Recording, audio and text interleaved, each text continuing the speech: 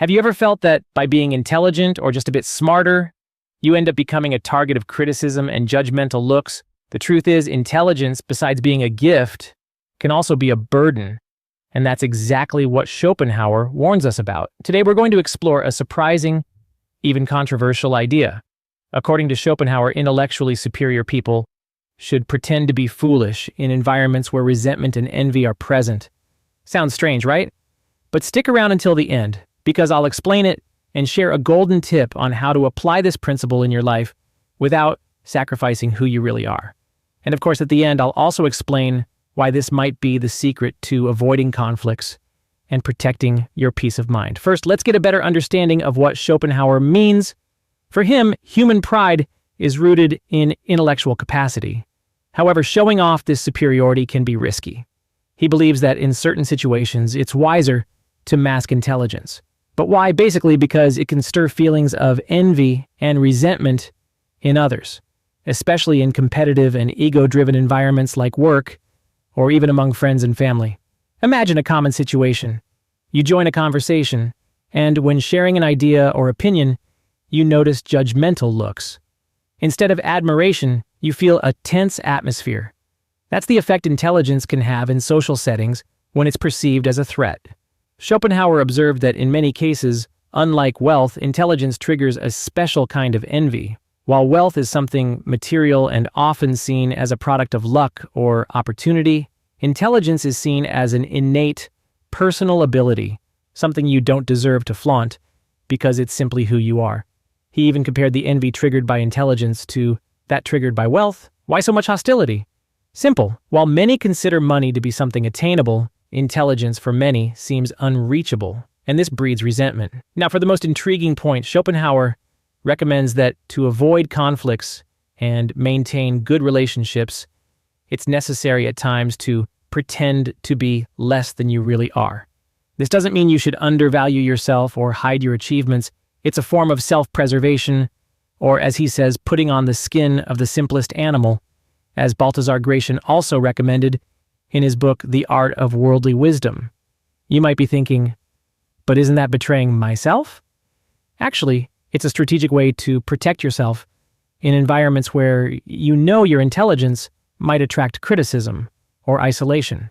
Schopenhauer learned this lesson the hard way. In a letter his mother sent him, she criticized the way he always tried to show he was superior in conversations and how that ended up pushing people away. And this advice isn't only useful in academic or intellectual settings, it can be very helpful in your workplace, on social media, and even among friends. Instead of always appearing as the smartest one in the room, sometimes it's better to listen, observe, and even laugh at yourself.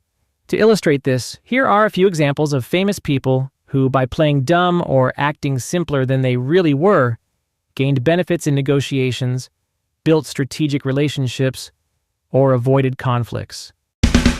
The first example is Warren Buffett, an American investor known for his simple and often self-deprecating personality. He jokes about himself and emphasizes his naivety, which puts others at ease, reducing any excessive competitiveness.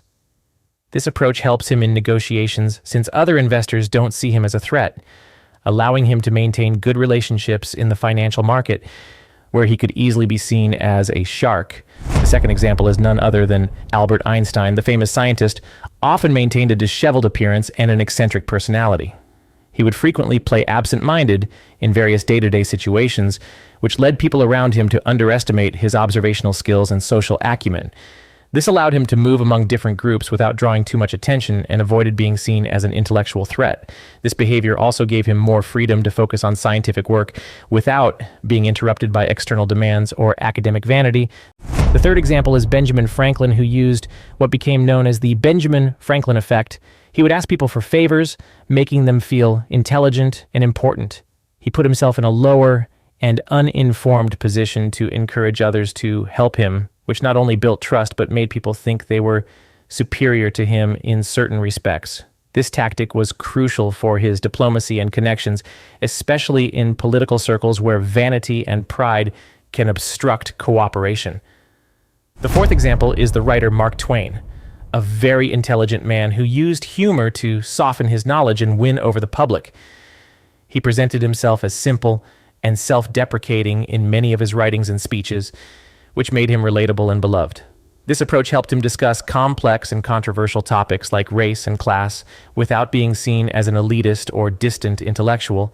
The fifth example comes from a more distant time in history. In his youth, King Henry V of England was seen as carefree and even a bit frivolous. He deliberately cultivated this image of a careless prince, letting his future rivals underestimate his intelligence and military capability. This proved to be a powerful strategy because upon taking the throne, he quickly demonstrated exceptional leadership skills and surprised his adversaries, achieving notable victories like the Battle of Agincourt. Last but not least, we have the admired American inventor and entrepreneur, Steve Jobs. Although Jobs was known for his intensity, on many occasions he knew how to appear humble and unknowing to encourage his team to bring out their best ideas.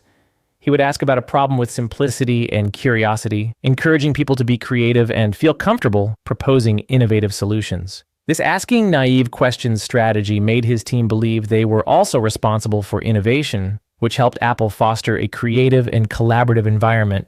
These examples show that pretending to be less than you really are can be a powerful social and strategic tool. And now, as promised, here's the golden tip. The next time you find yourself in an environment where your intelligence might be seen as a threat, try practicing strategic humility, smile, ask questions, and let others share their ideas.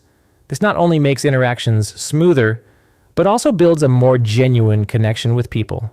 Did you enjoy this reflection on intelligence and social interaction? Then don't forget to subscribe to the channel and activate notifications. Here, I always bring insights like this that can transform how you deal with people and yourself. See you in the next video with more tips and reflections on self-development and relationships. Until then,